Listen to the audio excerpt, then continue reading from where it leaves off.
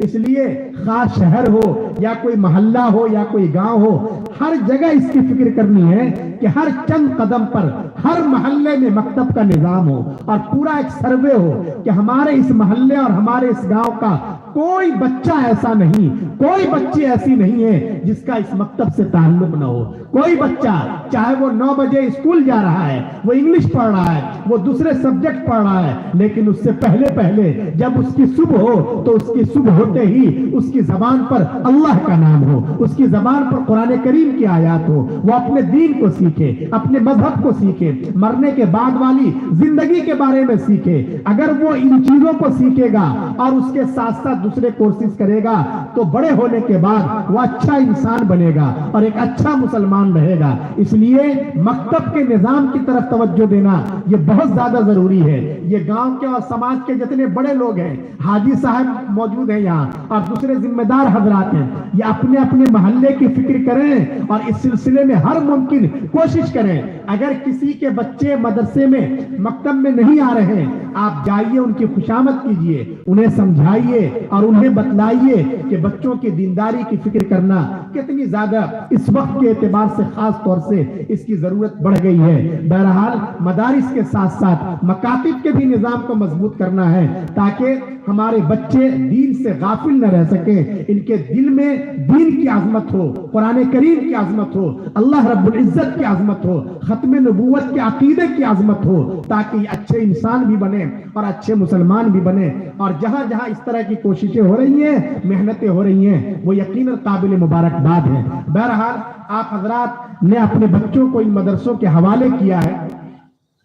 اور آج الحمدللہ ایک نہیں بلکہ کئی بچے قرآن کریم مکمل کر رہے ہیں۔ میں نے جو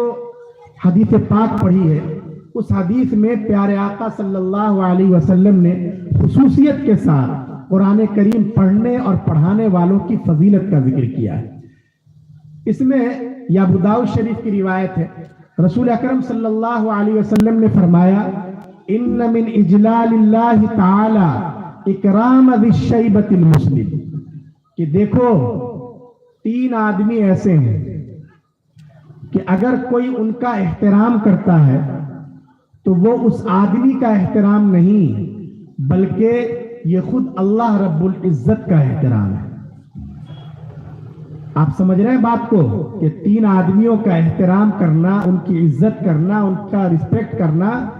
یہ خود اللہ رب العزت کا احترام ہے جس نے دنیا پیدا کی، جس نے یہ کائنات بنائی ہے۔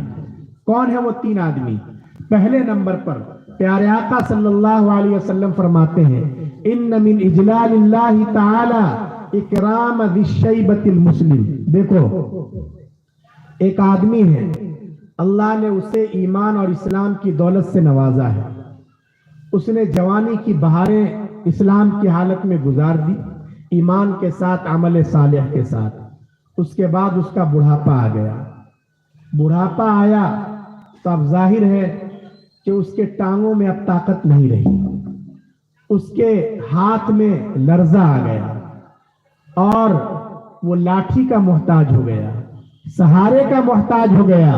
اس کی کمر جھک گئی۔ پیارے آقا فرماتے ہیں کہ ایسے سفید داڑھی والے بوڑھے آدمی کا احترام کرنا،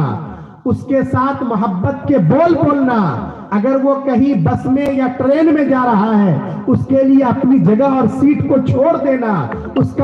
کی تعظیم کرنا، یہ اس بوڑھے کا احترام نہیں بلکہ اس بوڑھے کو پیدا کرنے والے خدائے ذوالجلال کا احترام۔ اس سے آپ اندازہ لگا سکتے ہیں کہ ہمارے سماج میں بوڑھوں کا کتنا احترام ہے۔ کیا آقا فرما رہے ہیں کہ اگر کوئی بوڑھے آدمی کا احترام کرے، اس کے ساتھ محبت کے بول بولے اور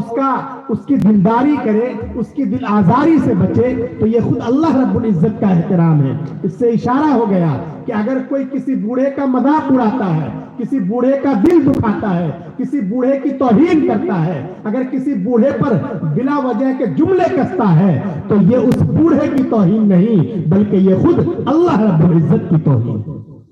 اس لیے نوجوانوں کبھی بھی بوڑھوں کا دل مت دکھاؤ۔ ترمذی شریف کی ایک روایت ہے، اس میں رسول اکرم صلی اللہ علیہ وسلم نے عجیب بات ارشاد فرمائی۔ آپ نے فرمایا